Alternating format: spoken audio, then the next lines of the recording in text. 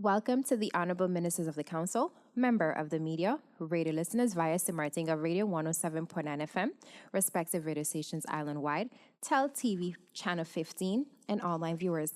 I'm Rolika Roach, and welcome to the live Council of Ministers press briefing for today, Wednesday, April 16th, 2025. At this time, I would like to invite the Honorable Minister of Education, Culture, Youth, and Sport, Melissa Gums, to address you. Minister Gums, you have the floor. Thank you, and good morning to everyone tuned in and to my colleague ministers. I just have three brief updates for everyone today, namely on the FBE review side, the public consultation via the town hall meetings continues tonight at the Asher Stevens Hillside Christian School at 7 p.m. and tomorrow evening at the Simpson Bay Community Center also at 7 p.m. These are the last two in-person town hall sessions, and I'm greatly appreciative of all parents and educators who have come out and participated so far. And I urge those, in particular in those areas, to visit the town halls and share your thoughts on foundation-based education with the Climb Foundation. Secondly, it was brought to our attention this week that in March 2025, the Florida State University System Board of Governors made the decision to terminate the Latin American Caribbean Scholarship Program. Now, this program has to date enabled us to establish memorandums of understanding with state institutions like Florida Agricultural and Mechanical University, better known as FAMU, and Florida International University, FIU, that allow our students to benefit from in-state tuition. The reality, however, is that the Board of Governors' recent decision does make the continuation of those MOUs difficult. I am in touch with Division Study Financing, the Tallahassee St. Martin Foundation, as well as FAMU themselves directly to see what, if possible, could be done to mitigate the fallout for our students currently enrolled at the university. And I will be having an online session with those students as well once I receive a response from FAMU. And moving on to FRLP and the announcement that due to mobilization challenges of contractor Zhenjiang 2, the letter of award previously issued has been retracted. This has led to a retendering for the demolition works of Sister Marie Laurence, the St. Martin Library, and Charles Leopold Bell, and the tender for construction works will be launched within the coming weeks. I want to take this opportunity as well to make one thing very clear. My primary concern with these projects is not the country of origin of the companies working in St. Martin, but rather the quality and timely completion of the work itself. I've expressed this both privately and publicly to local contractors, so I feel comfortable reiterating it here. The reality is that this project represents our first major engagement with internationally recognized procurement standards, this time through the World Bank, though it could have been any institution with similar or same requirements. This is an important part of our growth and development as a nation. We therefore have a choice. We can either resist change, stomp our feet and complain that the standards are too high, or we can rise to the challenge, equip ourselves with the tools to meet those expectations, and continue progressing. When I came into this ministry, I found these projects neglected and ignored from the top. To be very clear, this is not directed at my immediate predecessor, former Acting Minister Lyndon Lewis, but rather at his predecessor, who did not involve himself at all in the oversight of these projects.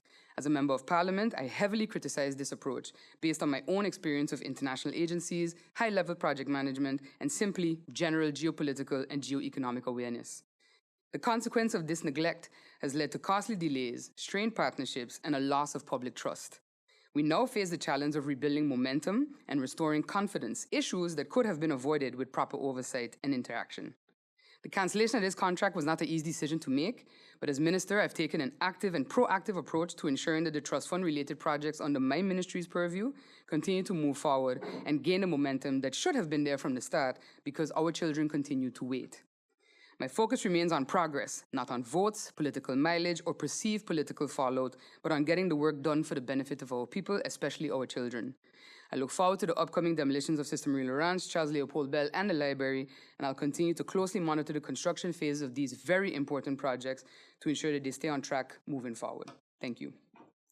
Thank you, Minister Gums, for your opening remarks. At this time, I would like to invite the Honorable Minister of Public Health, Social Development, and Labor, Richinel Bruch, to address you. Minister Bruch, you have the floor.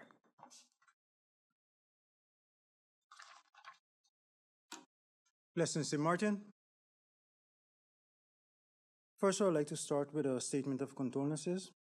A week ago, a tragic event unfolded in the Dominican Republic where a building collapsed, a nightclub, left several individuals injured and claimed the lives of over 200 persons.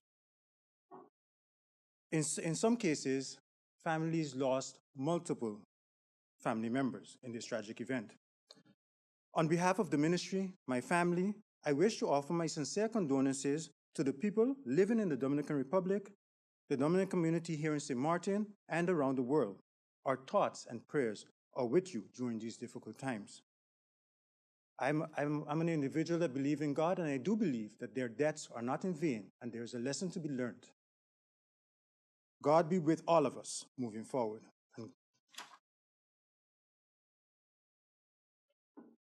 On another note, I would like to take this opportunity to provide an update regarding operational changes at the front office of social services. This change involves the introduction of afternoon hours, specifically for the collection of letters regarding decisions on financial, medical, legal aid, which will now be processed after 12 p.m. The decision to implement this adjustment is part of an ongoing effort to alleviate the morning congestion at the front office and to optimize the current appointment schedule, with this update, the appointment window is now extended from 8:30 in the morning to 12 o'clock in the afternoon, thereby allowing more appointments to be scheduled in the morning. Currently, the next available appointment slots are all the way in June 2025. And it is our hope that this additional service window will help reduce the waiting time for clients. This unfortunate situation is a direct result of the short staff issues government is facing. Nevertheless, the VSR Labor Affairs and Social Services Affairs civil servants continue to go above and beyond their responsibilities to provide essential service to the most vulnerable groups within our community. I thank them. We thank also the public for their patience and cooperation thus far as we continue to look at creative ways to remedy this situation.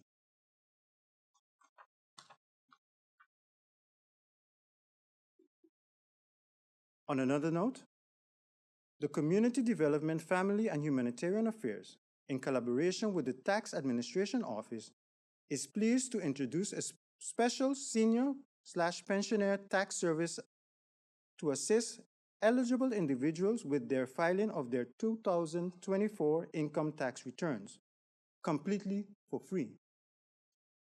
This annual service is aimed at supporting our elderly population by simplifying the tax process and ensuring that those who qualify receive the guidance they need.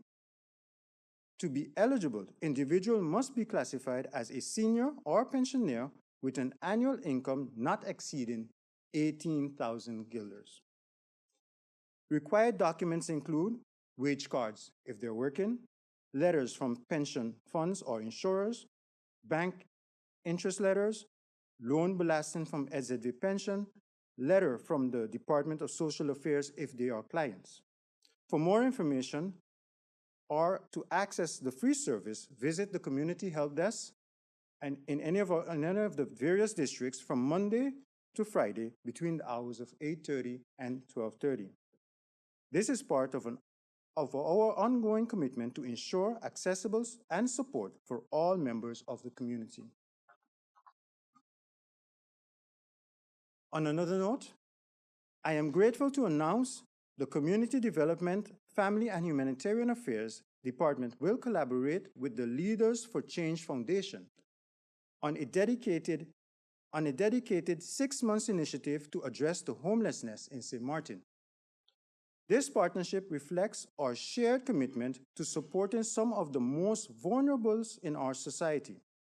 The initiative will provide immediate relief through distribution of hygiene kits, meals, and weekly outreach services to assess and respond to the needs of individuals experiencing homelessness. In parallel, we will collect national data to gain a clearer understanding of the scope of homelessness, allowing us to develop better safety nets to reduce or eliminate homelessness on St. Martin.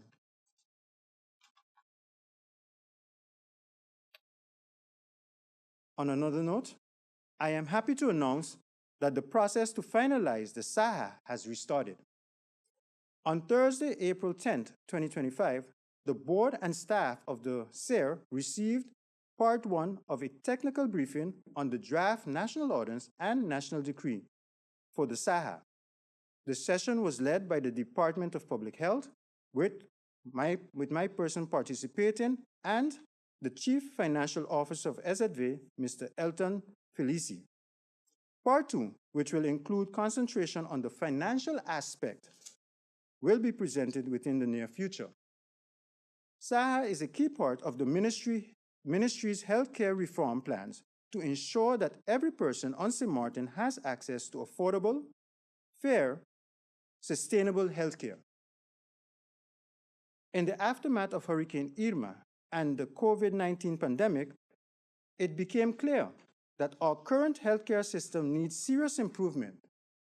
Rising costs, an aging population, and outdated laws have made the system financially unsustainable. Many residents, including self-employed workers like taxi drivers, gardeners, cleaners, and other professions, clearly do not have healthcare insurance, and not by choice, but because they do not qualify by the existing program, or private insurance are too expensive or not even available for them, for example, if they have preconditions. SAHA aims to fix these issues. It will create one unified system that improves efficiency, fairness, and oversight. It also introduced better rules to protect public funds and improve the quality of care. Once the second presentation is completed, the process is as follows. The SARE will then review and provide advice on the new legislation. Their feedback, along with the Council of Advice, is also required before it is presented to Parliament.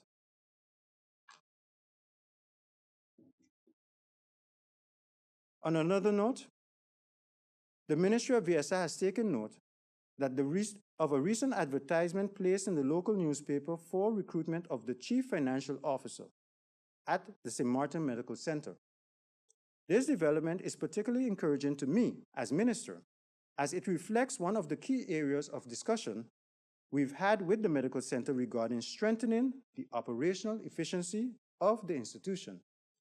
I want to take this moment to encourage our local professionals to seize this opportunity and apply. Let us continue to build our nation one job vacancy at a time.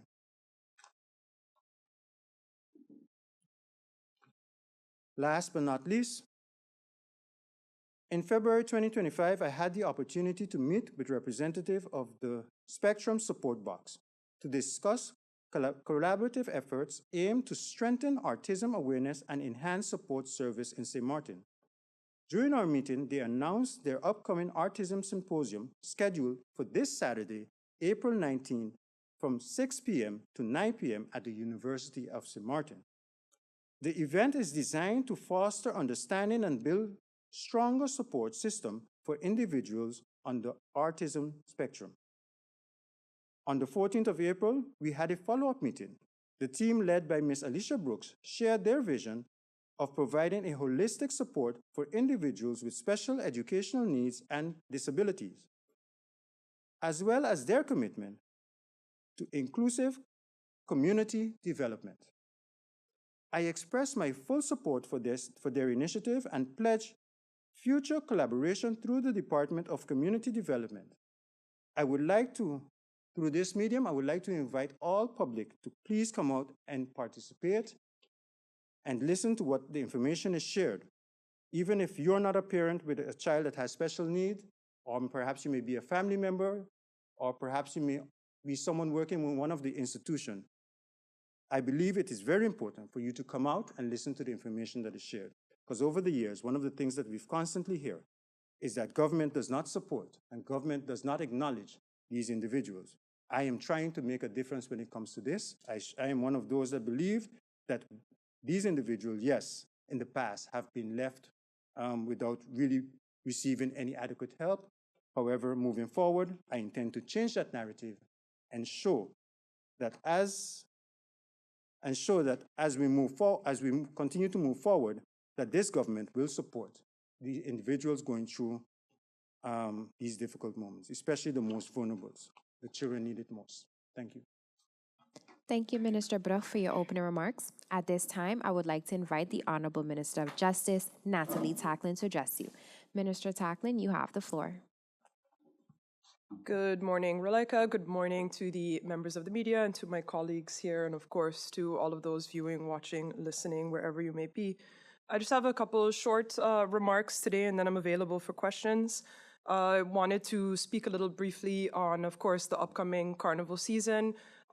In the coming days, KPSM will be putting out some posters. They will be visible on different billboards and other types of spots around the island in which they're highlighting various infractions. And also, of course, it's in 3 different languages. So really trying to get the message out there for us to try to have a safe carnival. We'll also be having zero tolerance, of course, during the carnival season. And we want to be able to celebrate together, but celebrate together safely and responsibly. So we ask for everybody's participation and good behavior during this important cultural season for us. Then I wanted to also highlight the Stop, Drop, and Go campaign that we have going on, which is the gun amnesty program. The program consists actually of 2 different elements. One of those is that you can come into the Opal building in Cole Bay at set times and surrender a weapon or ammunition, no questions asked, and you will receive a monetary reward for that. In addition, there's also a reward for any tips that lead to the recovery of a firearm or ammunition. So far, I believe on Monday, we already had, some folks that brought in, we got 1 gun and some ammunition. So, we're happy to be able to get these off the streets. And I commend KPSM once more for the work that they are doing. Then my last point that I wanted to talk about were the LBAs, the Landsbesluiten, Batch 13. I know that that's a hot topic. Batch 13 has been finished by the cabinet. As I had mentioned during a previous press briefing, what we found was that there were differences in the placement proposal that was submitted to that person and then versus what was on the decree itself. And as a result, what we did was we pulled those, it was 15, and we had individual conversations with all of those that were affected to explain the process, to also hear their side of the story, and to try to come to a resolution to ensure that we don't have people objecting to it after they've already been issued a national decree. So we've had those conversations. Batch 13 is leaving my cabinet today and going to the cabinet of the Minister of Finance, because that's then the last check for the financial component of that. And then we hope within the coming days, of course, taking into account that we have some holidays coming up, that it will make its way to the governor. In the meantime, we've also made the decision to combine batches 14 and 15 together in order to make up for some of the delays that we had in terms of really figuring out what was going wrong in the process. So batch 14 and 15 will be done in conjunction. We're hoping also that within 14 and 15, the police force will be finished and any other employees that are still lingering from other departments like immigration, etc. And then after 14 and 15, of course, the focus will be on the Point Blanche prison, where none of the employees have been placed ever.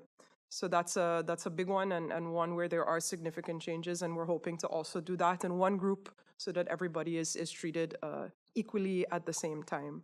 So we're trying our best, to really clean up this process and to ensure that it's done properly and correctly. In the coming days and weeks, I'll also make some announcements with respect to the objection procedure, which we're also looking at revising. The way that it's done right now is that objections take place after a national decree has already been issued. That seems to us maybe not the best route or the most efficient route to go.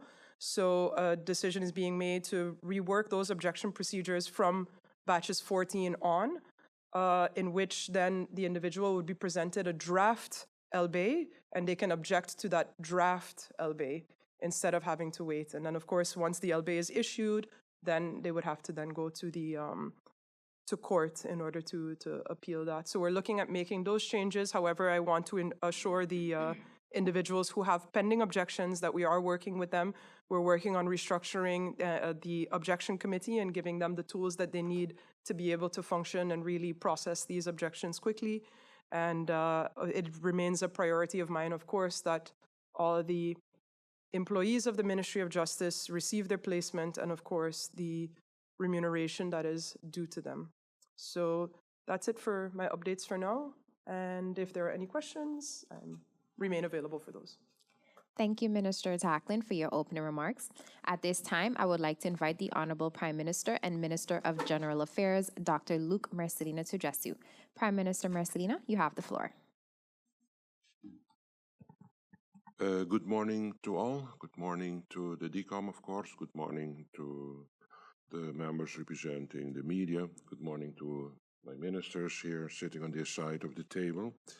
And of course, a good morning to the people of St. Martin. First of all, I just came back from the funeral of Mr. Dennis Pantoflet. I would like once more to make use of this opportunity to extend, in the name of the government, our condolences to the family and to the members and friends of Mr. Pantoflet.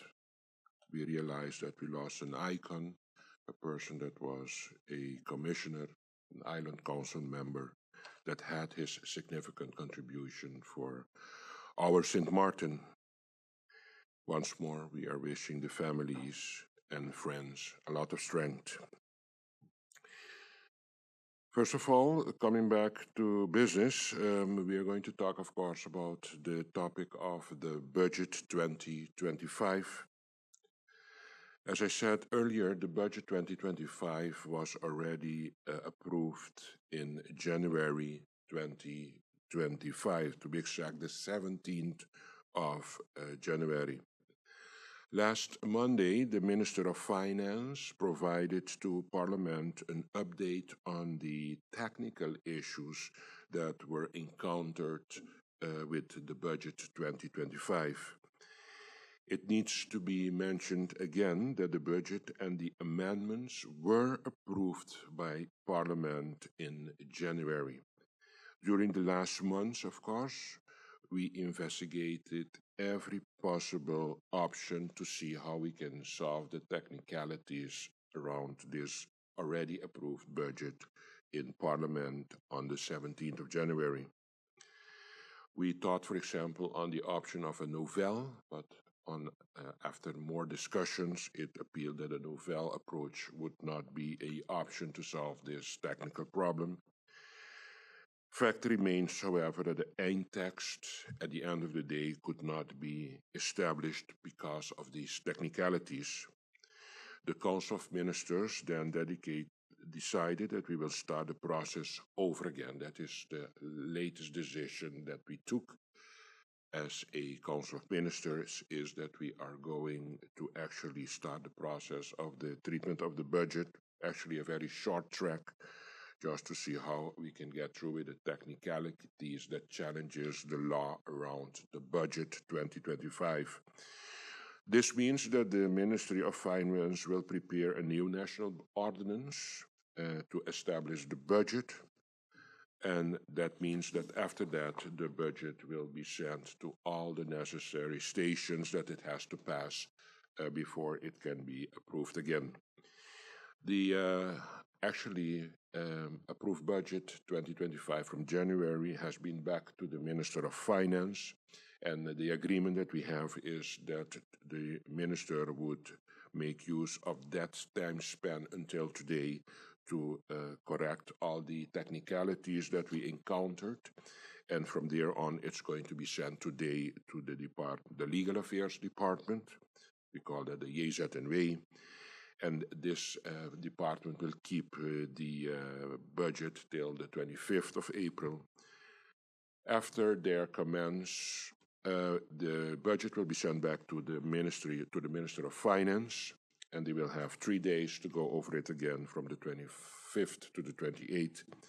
The intention is for us to approve this budget in the Council of Ministers meeting on the 29th of April.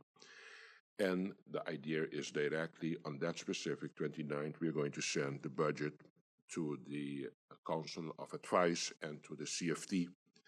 And after revising it by the Council of Advice and the CFT, it will come back to the Council of Ministers, and then the Council of Ministers will, via the governor, present it back to Parliament. And then it goes to the circuit of the CC meeting and then the public meeting again.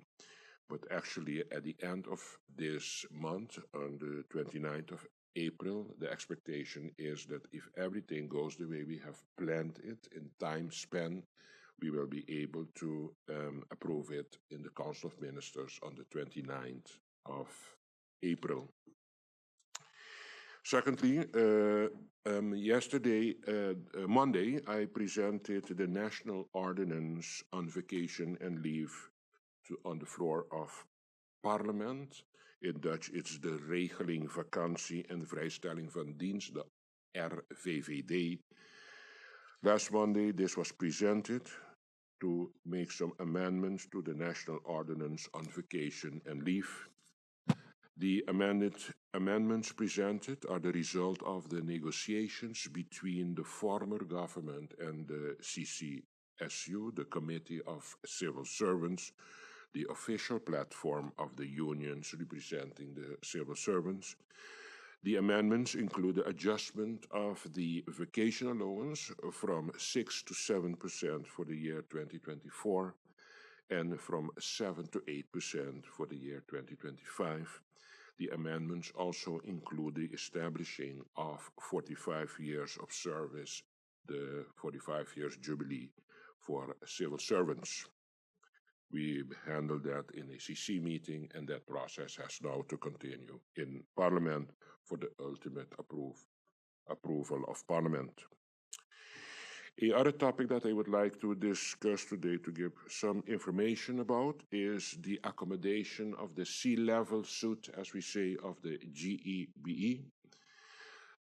First of all, for the good understanding, the decision for the recruitment for the C-levels for GEBE was actually taken end of calendar year 2023.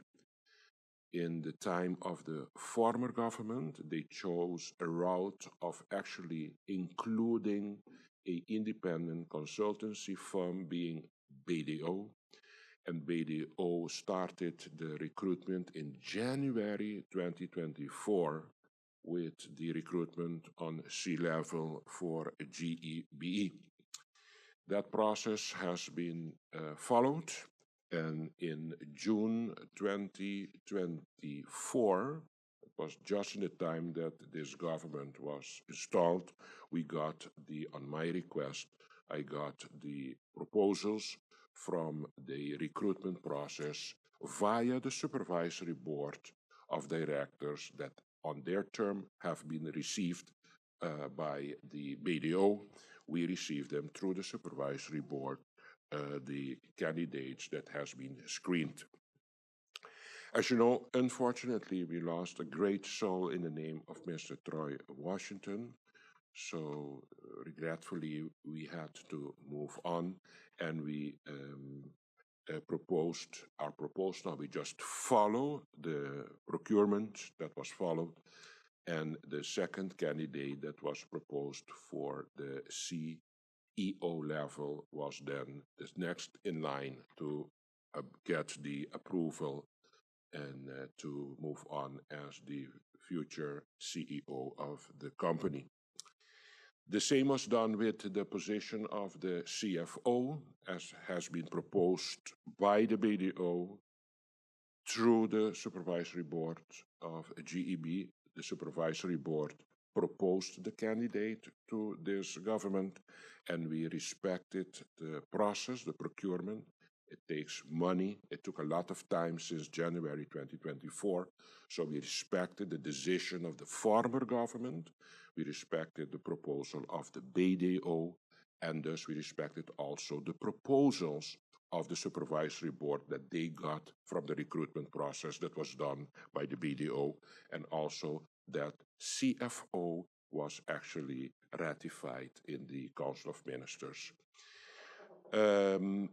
Seeing that the CEO and the CFO has been proposed, another development is that also a COO was proposed, but the CEO, I think, considering the time span lapsed from the initiation of the process that he was involved in since the beginning, being January 2024, seeing that we're now already in April, he decided for other reasons, also about his professional activities and commitments, to retract himself from the position of CEO. And this government is continuing with just the proposals and the process as has been agreed upon already. For the CEO and the CFO, we have proposed those candidates already to the Corporate Governance Council. That is a normal procedure that government has to follow. The candidates are being vetted by the Corporate Governance Councils with the necessary accompanying documents. The two candidates being the CEO and the CFO, or the future CEO and future CFO, this has been approved by the Corporate Governance Council, and that means now that we are now in the phase of proposing those candidates to be vetted by the VDSM, the Veiligheidsdienst Sint Maarten, the security services, and the candidates are going to be vetted, and that is where we are standing now with the CEO and CFO, and seeing the latest developments. For the COO, we now have to propose the third candidate now to the Corporate Governance Council. We will get the feedback. From there on, we will propose the third candidate for COO also to be screened on A level, and hopefully we will have on a short term, seeing the emergency of the case, also making sure that we have a C-level accommodation as soon as possible. We hope to get this process done as soon as possible. The expectation is that within 2 weeks, a general shareholders meeting will be convoked to formally appoint the C-suite level for GEBE. The other topic that I would like to touch base on is, of course, my recent visit to the Netherlands, where I was present by the job fair in Amsterdam. The Department of P&O, Personnel and Organization, drafted an overview of the potential candidates they met or we met in the Netherlands, and I will be presented with a report by next week of all the potential candidates that applied for vacancies during this job fair that took place in Amsterdam. I can inform you that P&O confirmed that the overview contains an amount of 80 candidates that applied during this career fair, that I think is a great initial success. We are now in the phase of going through the process of all these applications for us to then tune with the vacancies that we have in our organization to get them accommodated in our organization. And finally, I can inform the civil servants that a decision was taken for, after a brief discussion in the Council of Ministers, that we are going to grant the civil servants Friday, May the 2nd, free day as a day off, so then they can have a long weekend, realizing that we have the 30th is Carnaval, The first is Labor Day, is a Thursday. Friday is the 2nd of May, so we gave a day off on the 2nd of May to give the civil servants a long weekend as a token of appreciation for their commitment in this organization. I would like to thank you for this moment, and if there are any questions, I'm willing to answer those questions. Thank you very much. Thank you, Prime Minister Marcelina, for your opening remarks. If you have just joined us, you are watching the live Council of Ministers press briefing for today, Wednesday, April 16th, 2025. We now move over to the question and answer session, and as the only media partner here, I will allow Mr. Emil Lee of Island Nature Radio to pose his questions. You have the floor.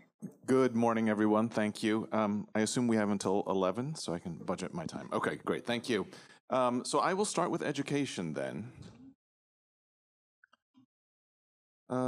Minister, as Minister of Education, would you agree that in the learning process for our children, that learning from and understanding the mistakes that they make is a critical part of that learning process? Yes.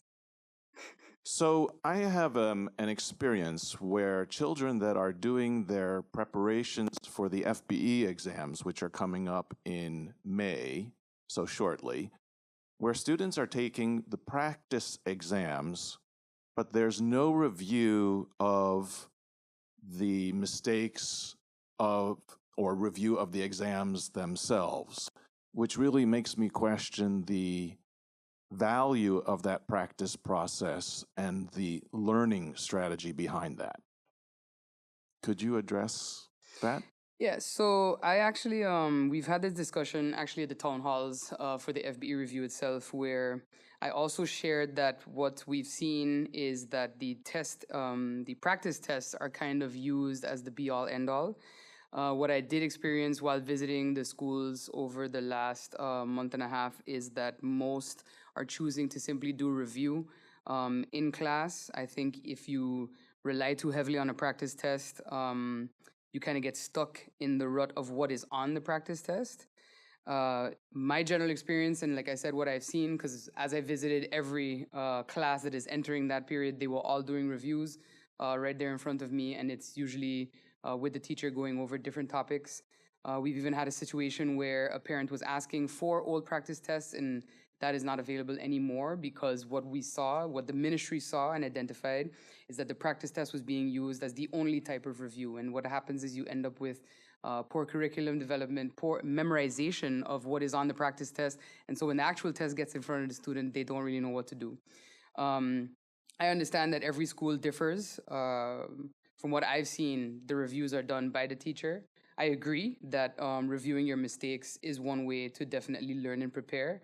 And that is something that we can take up in this ongoing review. So I'll make note of this question for the researchers that are doing that review. Thank you.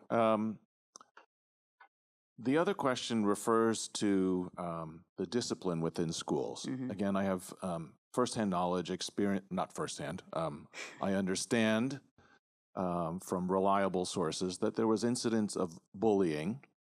And what I observed is that the teachers are extremely frustrated. They have a class with children that are not disciplined. And I brought it up with the management of the school. And I think there was a level of frustration that they felt that they didn't necessarily have the tools in order to discipline appropriately. So from the Ministry of Education's perspective, can you explain, if a teacher has problem children, are they allowed to suspend? Are they allowed to expel? What type of disciplinary measures are available to the teachers? So suspension is done in collaboration with inspectorate, and every school is aware of that. When it comes to bullying, I try to understand if you meant bullying on the part of students or bullying on the part of others. Between students. Okay. So bullying on the part of students is indeed an issue. And surprisingly enough, what I have learned since coming into the ministry is that you also have incidents of bullying from teachers, where students are being targeted for whatever reason by educators. Of course, not all. I understand 100% the frustration of educators with the lack of resources that we have in the ministry. This is why I've been so passionate, and I've told everybody, don't attempt to cut this ministry's budget any further, because I won't allow it. But ultimately, it is also falling within this FBE review on how we can address these matters. I also don't necessarily believe that you have problem children. Children have emotions. They have their own things that they're dealing with, much like adults. In fact, adults tend to pass their issues on to children, and that causes them to act out. So it is really about finding a comprehensive approach that protects everybody: children, teacher, school manager, and the ministry. So these are things that we are going to be addressing as this review, in particular of FBE for the younger schools, continues. In terms of bullying outside of school, I just want to touch again on the school bus incidents that we've been seeing happen.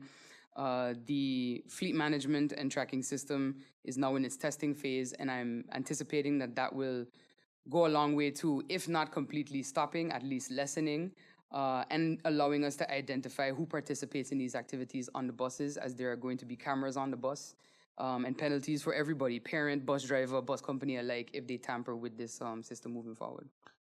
Okay, so just for clarity, expulsion and That is a process that runs after, I believe it's 2 suspensions, I'm not sure. But again, it is in collaboration with the Division of Inspection. It cannot just happen. so suspension. So even to send a student home for the balance of the day requires They collaboration have with the to inspector. notify, yes. So that sounds like a relatively bureaucratic process. Is that correct? Can you give me an idea in terms of frequency, how how often that happens? Since I've become minister, I can get older data for you, if you'll allow me. But since I've become minister, I think I've had to witness at least 3 or 4 suspensions. And that would be for all the schools. So Yes. that's relatively small amount. Yeah. Okay. Thank you. My next question is for the Minister of Justice. Yes. Good morning. So I have taken the time to go through the government's governing program, and there was a comment by one of the members of Parliament referring to the need for perhaps strengthening the VKS. But when I look through the justice section of the governing program, I don't see any mention of the VKS. Yep. Can you explain? So number one, it gives me the feeling that there's a bit of a disconnect between the members of Parliament of the coalition and the governing program. So in the process, was there a collaboration with the political parties, and was the omission of VKS Yeah. just an oversight? Easy answer. It falls under the Ministry of General Affairs. So the VKS actually doesn't fall under the Ministry of Justice. Okay. So that's a fun fact for the day. Okay. And then secondly, there was in the establishment of the governing program discussions within the coalition and input received from members of Parliament from the coalition as well. So it was really a joint collaborative process. Okay. We've spoken in the past about, and one of your frustrations about the slow process of amending, let's say, policies, et cetera. Things like being able to collect insurance money for damaged, what they call road furniture, or fines for littering. Have you made any progress on that? No, that's the quick and easy answer there. You know, I think obviously there's so many things that we would love to do within government, and then, you know, it's always kind of what is the order of the day and what are we focused on. And, you know, I was meeting friends last night, and I gave the example of, I said the whole day, I feel like I have a hose in my hand just outing fires. So, you know, I think these are things that obviously we would love to see, and they feel like little quick wins, but at the same time, you also have an extremely overburdened civil service apparatus running on minimal people. So, you know, it's also just like, oh, I have this thing that looks really great on paper, but then how do I ensure that that's properly embedded and able to be carried out? So, I mean, I know that the Minister of Romy is working on legislation and different points. I'm looking at the acting Minister of Romy at the moment when it comes to littering and environmental protection. I believe also the SMDF has just submitted a piece of legislation to government, also with respect to single-use plastic. And part of that is also looking at implementing a sort of cross-ministry task force that then would have the capability and authority to be able to implement and enforce various environmental actions. So when it comes to littering and things like that. Thank you. In the governing program under TIAD, it refers to development of a cannabis legislation. The current legislation, obviously cannabis and driving under the influence is not permitted.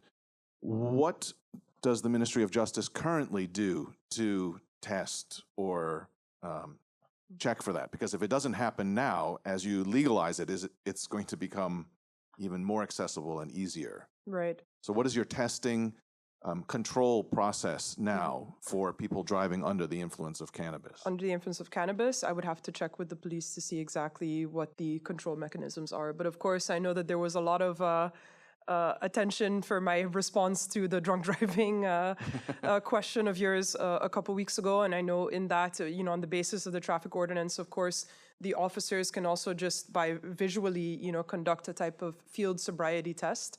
So I would have to check to see exactly what we're doing, when it comes to if they're administering blood tests, but I don't have an answer right now. Okay. And my last question for you, under, in your governing program, you refer to the prison structure. And again, we've spoke about reform. You refer to implementing alternative sentencing such as community service and electronic monitoring, and you also refer to, and we spoke about the soft components in the prison about educational opportunities, therapy. Can you give me an update on those particular items? Actually, so right now we're actually in discussion. Of course, the prison project is ongoing. We have UNOPS that is responsible for that outer shell, outer layer, the hard parts of the prison. And we're now working, we had actually the UNODC, which is the UN Department for Drugs and Crime, UN Office for Drugs and Crime. They came on an initial mission. We're looking to see, together with the Netherlands, to have them help us as our implementing partner to implement the soft components and look at what quick wins we can make also, because as I've continued to express, I have an obligation to those that are detained now, and I can't tell individuals who are currently in Point Blanche, well, oh yeah, but there's going to be a new prison in 2 years. Right. So we're looking to see, how we can help to strengthen the staff that's there, to assist them, and also to provide programs to the inmates. So we're hoping that, in the next quarter or so, that we have some actual tangible updates of what some quick wins could be. As I said, they were here on the island last week and had, met with various stakeholders to discuss and get an idea of the local context. And we'll be then, of course, drafting a report and a proposal for how we're going to move forward. So that's the soft components. We're also, I'm also a proponent for alternatives to detention that go even further, things like house arrest. But we want to be realistic too in what we put in the governing program, because of course, certain things require changes in the criminal code itself or the criminal procedure code. And we all know how long legislation can take when it has to go through Parliament. So we try to be as much as possible to look at, okay, what is achievable within a 4-year term, in the current framework, or that we can begin a process somewhere else. And as I've said before, electronic monitoring is limited currently because it can only be used, it can't be used as a sentence itself. It can only be used in the pre-trial phase, and the post-trial is a condition for early release.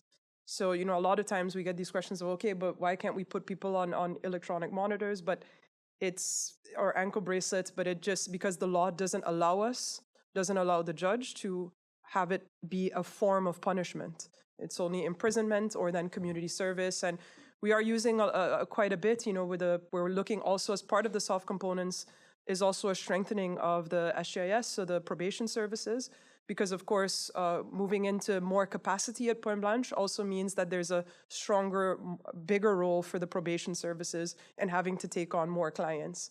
So we're looking to see as well with them how we can do that. So is there actually a policy in writing about the use of the ankle bracelets now? Yes, there is. Okay. We can email it, but it was published, I don't know when it was published, some years ago, but I can provide a copy to you by email. I'd appreciate that.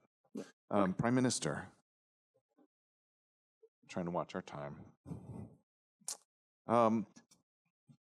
Thank you for your update, in particular about the budget. As you're aware, there's a tariff war going on between the United States and basically everybody. And it has certain consequences. You know, we had the tourism trade show, and what we're hearing is that Americans, for example, are more reluctant to go to Mexico. Canadians are reluctant to go to the US. As a matter of fact, some are reporting, hotels in the US are reporting a 25% drop in European bookings. Canadian reservations for the summer, 70% down. US arrivals by plane from abroad, 10% down from March compared this year to last year.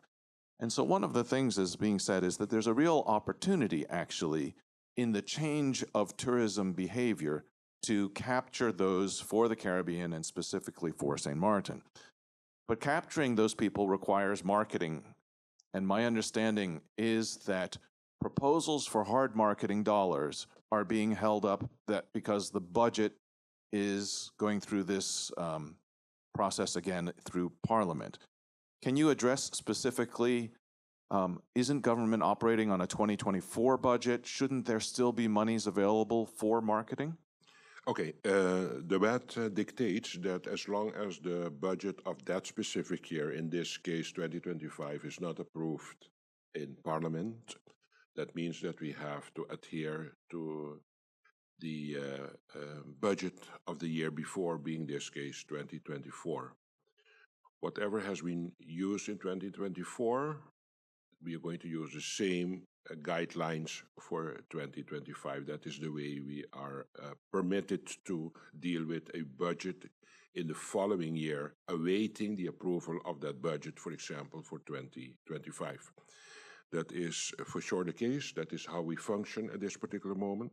Secondly, we realize also as a government that the challenges of the tariff war internationally is not only focusing, and that is what people often think, on, for example, the prices of goods in the country.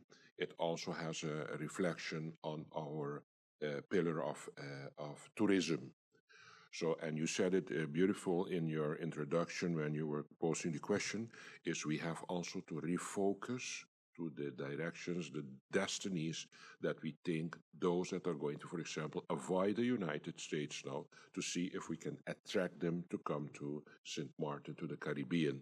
And in this case, a market that we have now that we are deliberating to see how we're going to actually execute that plan for refocusing is the Canadian market, because one, the Canadians are avoiding the United States, but still traveling is very in nowadays, so they're going to look for alternative destinations, and we are going to, of course, jump on that opportunity to actually redirect the tourists that are not coming from the States for us to get them from, for example, Canada.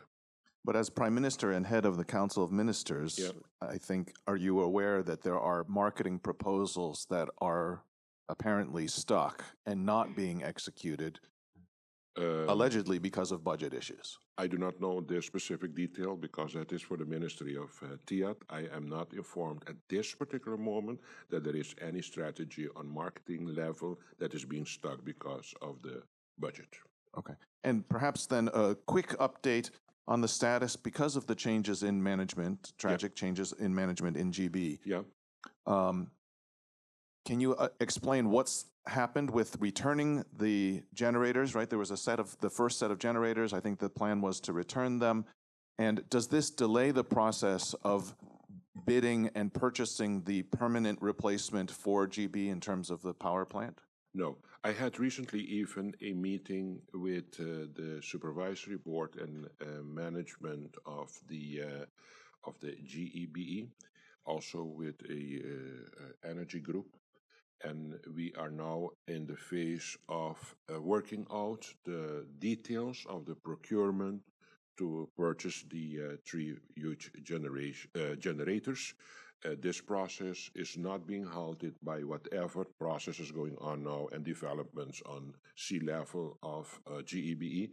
We are sticking to our plan that these generators will be purchased, which is a huge responsibility. It's about a lot of money. As I said in the past, we had an estimation that each generator is going to cost approximately 14 million.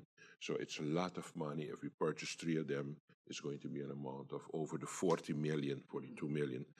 So we have to be very careful and manage this money good because it's a big investment for the country. So that procurement has to be well laid on paper, and we are following the process with a timeline. Okay, and last question quickly. I understood that the Kingdom Council of Ministers has issued a deadline for the budget to be finished by the end of April. Mhm. The timeline that you laid out doesn't seem to match the deadline. What's the implications of that? Hopefully, good understanding in our kingdom relationship. I am convinced that there will be understanding for the ultimatum that they gave, or an indication of a ultimatum. But if we can prove, for example, that the budget will be approved in the Council of Ministers by end of this month, and then it's just the process of moving the whole process of this budget before it's approved in Parliament, I think that there will be a good understanding from the side of the RMR, as we say, the kingdom government, for us to move forward. There is, I think personally, there is no need, seeing all the challenges that St. Martin is encountering at this particular moment, locally but also internationally. I do not think that any extra intervention of the Kingdom Council of Ministers will benefit the country St. Martin in the kingdom at this particular moment. And I hope with good explanation and with their cooperation that we will get through with this budget. I'm not so worried. Thank you, Prime Minister. Thank you, Mr. Lee. That brings us to the end of the question and answer session. Any further questions can be sent to the Minister's Cabinet in writing. Honorable Ministers of the Council, members of the media, radio listeners, and online viewers, this brings us to the end of the live Council of Ministers press briefing for today, Wednesday, April 16th, 2025. For rebroadcast, tune into stmartingov.org, St. Martin Gov Radio 107.9 FM, Tel TV Plus Channel 15, the official Facebook page of the Government of St. Martin, and YouTube channel Government of St. Martin. For video on demand, be sure to log on to the Government of St. Martin's YouTube channel. On behalf of the Department of Communication and the Government of St. Martin, I'm Rolika Roach and wishing you a pleasant day further.